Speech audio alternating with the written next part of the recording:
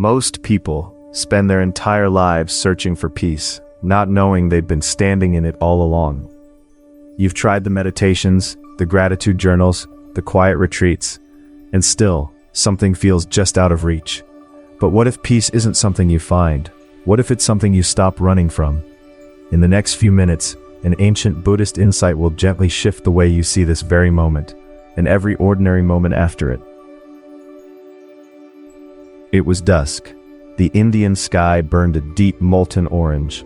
The sun was sinking slowly past the horizon, and a breeze carried with it the faint sweetness of warm grass. The leaves of nearby trees rustled and whispered in the fading light. Beside a small hermitage, a few figures sat quietly in the growing dark, as though resting from a long journey or turning something over in their minds. Without a word, they watched the last of the evening disappear. Then someone spoke, softly, barely above the wind. It was hard to say whether it was a question or simply a thought finding its way out. Where does joy go? Something good happens, and for a moment you feel it, truly feel it, and then somehow it's gone. Why does it always leave? The question drifted through the stillness, and for a while, nothing answered it. Only the quiet of the evening remained. Then, from somewhere in the dark, a small lamp was lit, and the flame, trembling once in the breeze, grew steady. An old monk watched it for a moment before he spoke. Last spring, a child in the village caught a firefly in her hands. She held it so tightly, so afraid to lose it, that when she finally opened her palms, it was gone. This is a story from about 2,500 years ago. In a small Indian town, there lived a young man named Tessa. He had been born into a merchant family, comfortable, well-fed, with a roof over his head, and no real cause for complaint. And yet something inside him was never quite settled. Whenever something good happened, the joy of it didn't stay long. He would acquire something new, something he had wanted, and for a little while, the pleasure of it would fill him. But then, without warning, it would slip away. And the wanting would begin again. Over and over, the same cycle. One day Tessa heard that the Buddha was passing through the region. Something in him stirred. He had to go. He found the Buddha sitting beneath a tree, still and unhurried, his eyes quietly open. Tessa sat down before him. He took a breath and asked, "Why doesn't joy last? Something wonderful happens and I feel it, but it always goes. Is there any way to make it stay?" The Buddha did not answer right away. He closed his eyes for a moment, then slowly opened them again. "Tessa," he said gently, "where do you look for joy?" Tessa blinked.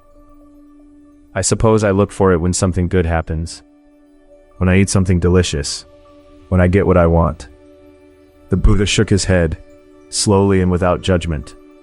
"That is not joy, that is a reaction to a stimulus. When the stimulus fades, the reaction fades with it. But I don't think that is what you're truly searching for."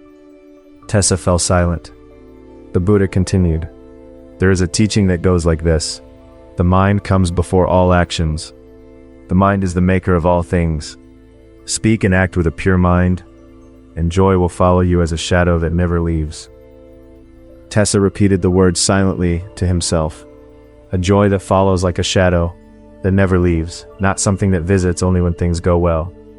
"What does it mean?" he asked, "to follow like a shadow?" The Buddha gestured toward the ground beneath the tree. "Look," he said, "when you walk, your shadow walks with you. When you stop, it stops. It doesn't chase you, it is simply with you." Tessa looked down at his own feet. In the long, slanted light of the evening, his shadow stretched far across the ground. "Then how do I find a joy that follows me that way?" "Stop looking for it outside yourself," the Buddha said gently. "Joy is not found in what surrounds you. It lives in the mind, in the direction you turn your attention. That is what makes joy rise or fall." Tessa stayed beside the Buddha until late that night. On the walk home, he tilted his face toward the stars, and something happened that had never quite happened before. Without gaining anything, without any particular reason, just the beauty of the sky above him, a quiet warmth spread through his chest. It was different from anything he had felt before. Softer, deeper, still. He thought he understood what joy without grasping might feel like.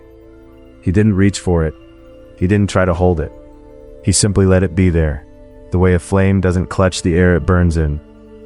And when he arrived home and lay down to sleep, the warmth had not left him, not because he had kept it, but because he had finally stopped pushing it away. You may have heard of a text called the Dhammapada. Dhamma means truth or teaching. Pada means word or path. Together, the Dhammapada is often translated as the path of truth, a collection of the Buddha's sayings that has been read and treasured across the Buddhist world for over 2,000 years. Its very first lines go like this: "The mind comes before all actions. The mind is the maker of all things." This is a teaching worth sitting with. Most of us move through life assuming that joy and sorrow come from the outside, that good things make us happy and bad things make us sad. That seems obvious, natural even, but the Buddha was pointing to something different. The same event can land completely differently depending on the mind receiving it. Take rain. One person sees gray skies and thinks, "Of course, just my luck." Another hears the sound of rain and feels something loosen inside them. A farmer looks out and feels gratitude fill his chest. The rain is the same. What differs is the mind that meets it. And then there is that phrase, a pure mind. It sounds demanding at first, but pure here doesn't mean perfect or disciplined or free of all feeling. It means a mind that meets the present moment as it actually is, without layering it with too much expectation, without measuring it against yesterday or tomorrow, without judging it before it's even finished arriving.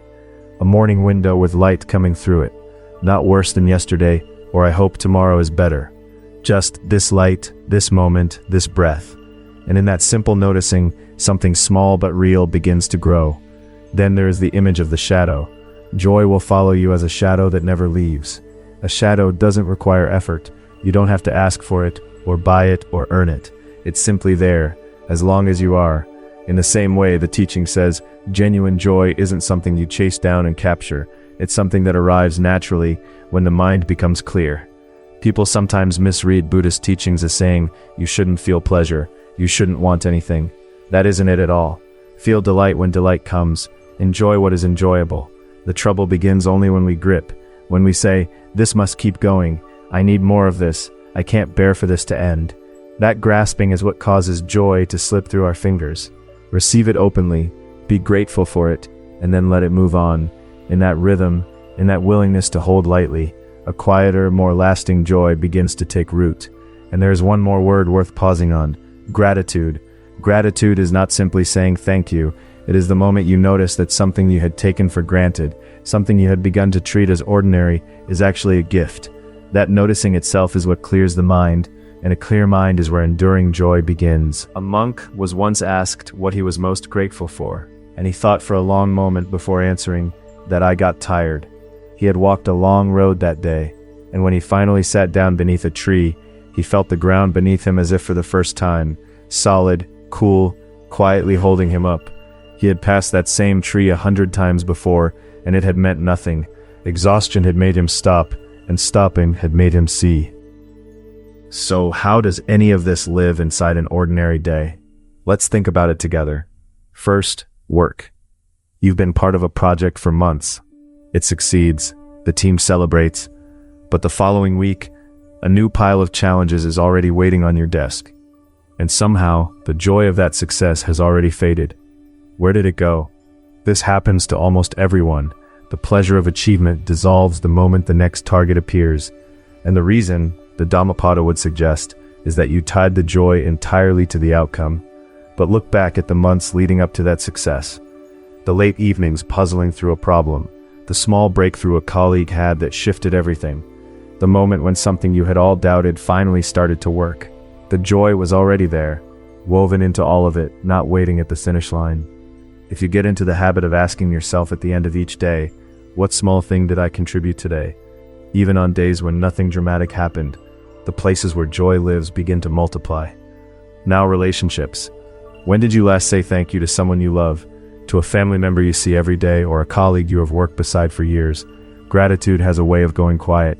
It becomes assumed. The presence of the other person becomes so familiar that it stops being noticed.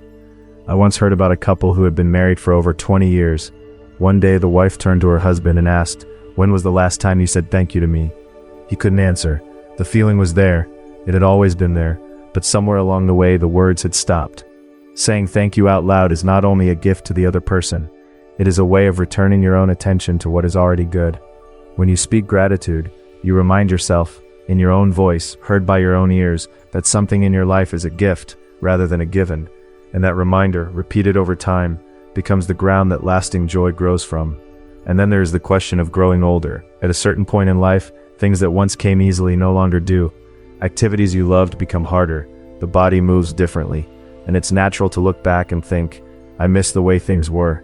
But the Dhammapada offers a gentle reframe. Joy doesn't require that things be the way they used to be. It asks only that you look, really look, at where you are right now. Slowing down means noticing more. Eating less means tasting more carefully. A walk that covers less ground might see more along the way. The shape of joy changes, but it doesn't disappear, not unless we decide that only the old shape counted. Joy is not reserved for peak moments. It is available in the quiet and the ordinary, in this breath, in this conversation, in this ordinary day. The only thing that changes is whether we are willing to look. A monk I once read about had grown too old to walk the mountain paths he had climbed for decades. For a whole winter, he sat by the window of his small room, and his students worried he had grown sad. But when spring came, and they asked him how he had passed those months, he smiled and said, I finally learned the names of the clouds. He had been climbing past them for 40 years, without ever once stopping to look. So, what can you actually do with this, starting today? 2 small things. The first, tonight, before you sleep, write down 3 moments of grace from your day. In the time of the Buddha, those who practiced his teachings would often end their day sitting quietly, letting the hours just past move through their memory. You can do something similar, with a notebook, or the Notes app on your phone, or just your own thoughts before your eyes close. Ask yourself, what 3 things today am I glad existed? They don't need to be significant. The train came on time. My lunch was warm and good. Someone smiled at me in the hallway. Small things count. In fact, small things are the point. Why 3? Because 1 tends to send us searching for something extraordinary. 3 pulls us back into the ordinary, and that's exactly where the overlooked gifts are hiding. When you train your attention to find 3, you begin to discover that your ordinary day is full of moments that had gone unnoticed. And noticing them, really noticing, is itself what begins to clear the mind. The second, today, say thank you out loud to one person, not as a text message, not a quick gesture, with your voice, to a family member, a coworker, the person who made your coffee, it doesn't matter who. One genuine thank you, spoken aloud. When you say it, you hear it too.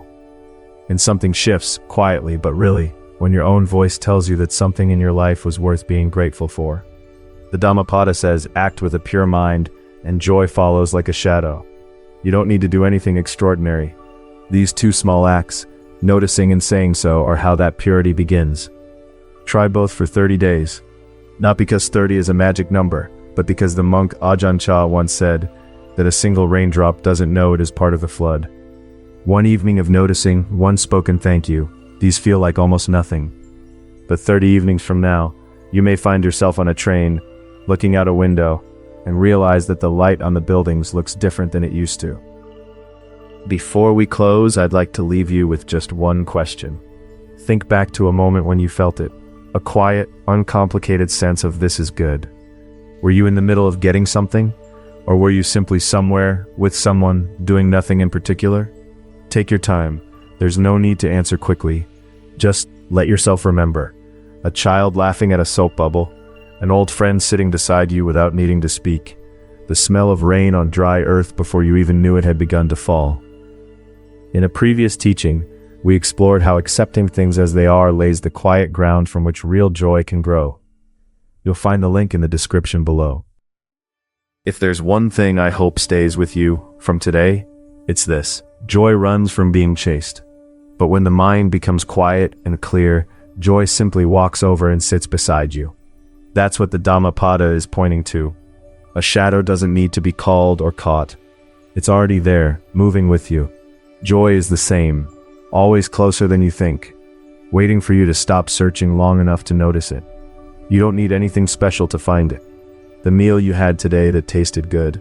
The moment someone's eyes met yours and something warm passed between you. The feeling of waking up this morning and knowing, here is another day. In moments like those, however small, the seeds of something enduring are already present. The capacity for joy is already inside you. It was never the exclusive property of certain kinds of people. It just takes a little practice, and the name of that practice is gratitude. So tonight, before sleep comes, give yourself a few quiet minutes. Let the day pass through you gently. And look for even one moment, just one, where you can say to yourself, yes, that was something to be grateful for.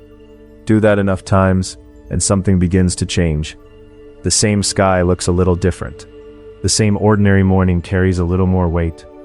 Joy stops feeling like something you have to go out and find, because it was never very far away. Thank you for being here today. I hope your days continue to fill, slowly and quietly, with small and lasting joys. A farmer once said that he didn't grow his best harvest the year he worked hardest. He grew it the year he finally learned to trust the soil. Perhaps joy is something like that too.